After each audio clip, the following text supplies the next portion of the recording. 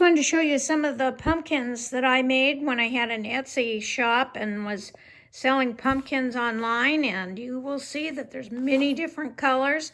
There's many acorns on there, and I have used real pumpkin stems. So just an idea of what you might be able to do if you are interested in making some pumpkins for this fall.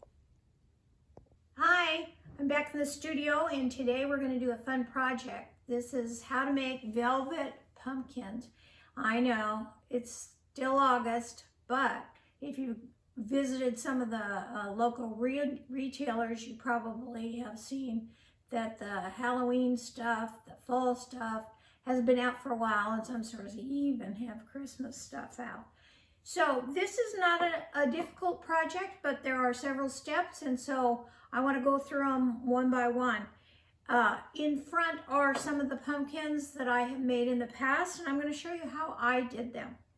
Okay, so the first thing is you're going to use silk velvet. And I get this online. I buy remnants because I wanted to use a lot of different colors, and I didn't want to put a lot of money into one color. You're going to do just a simple stitch around the outside. You know how to do that, just in and out. And then when you get it completely finished, after you've gone completely around the circle, then you're going to add something for weight in the bottom of the circle, and I'm using rice, and that gives it enough weight that it won't tip over after I'm done. And then I'm going to use something that I have gotten both at Joann's when it's either on sale or I have a coupon, and I have gotten it online. And you can see that it says that it's little clump, let's see, it never clumps or bunches, and I think they call it pellets. Anyway, it's a good, cluster fiber fill. So can you see what it is? This is what I use, and you don't end up with a lumpy pumpkin then. You're going to need to use a fair amount of this because you want it to be a firm pumpkin.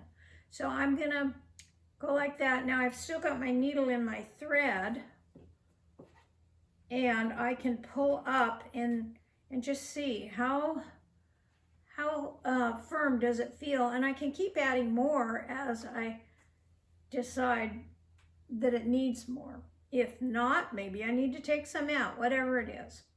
Now, if you don't want to use rice, you could use beans or sand or something else, but rice works well for me, and rice is not expensive, so that's what I use.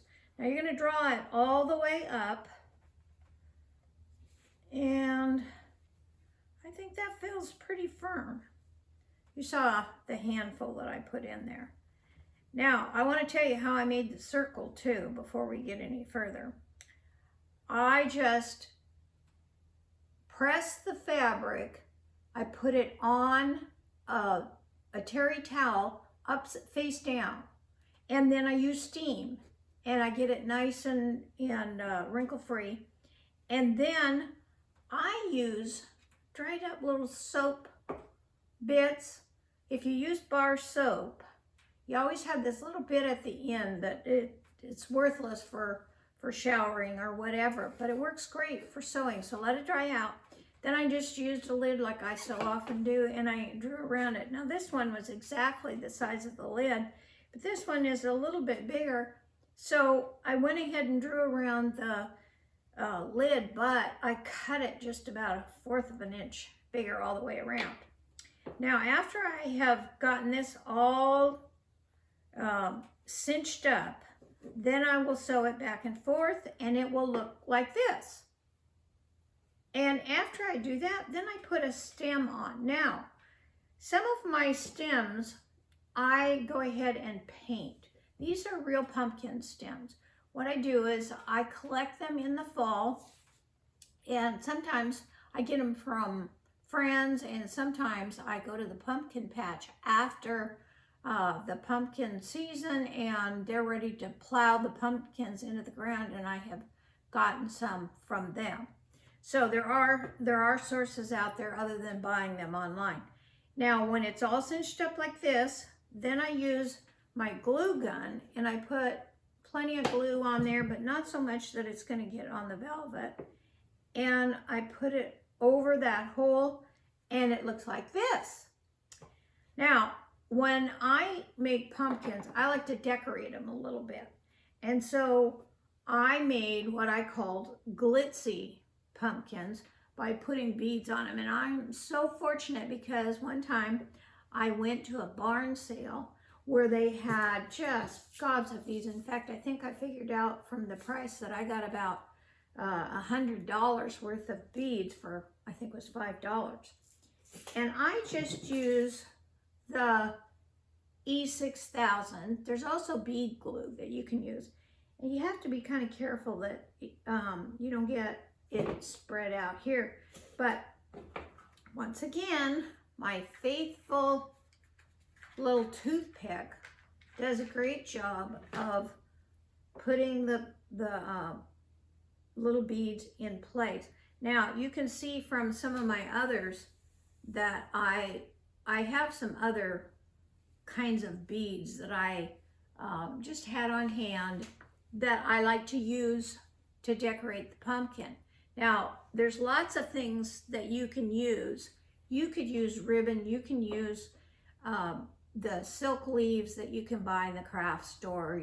There's a lot of different things. You can decorate it however you want. But I not only think that they are a wonderful decoration for my house, but I have sold some and I have given some as gifts, and they're always popular. Not too expensive either. I want to also tell you about the acorns.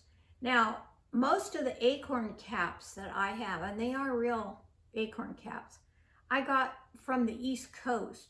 I was back there visiting, and I picked up a bunch of them. We went in the fall, and there were just gobs of them on the ground in a park we went to. And then my daughter, who lives back there, also sent me a whole box of them. And when the actual acorn falls out, you've got these neat little caps, and you just make the little body of the acorn the same way you did these, only tiny. And you don't need any rice or anything in them, of course. And then again, I just used the glue gun, put glue in there and put the little velvet part in there. So anyway, I hope you'll have fun with this. Get creative, do whatever you think makes a good pumpkin. I know not everyone uses real pumpkin stems, but I think they look great. If you want to, you can decorate them with, like I use, either gold or silver usually, to paint the stems to make them look kind of fancy. So anyway, do what you like, but I hope you enjoy this project and we'll have a good time making your own. Thank you. Bye.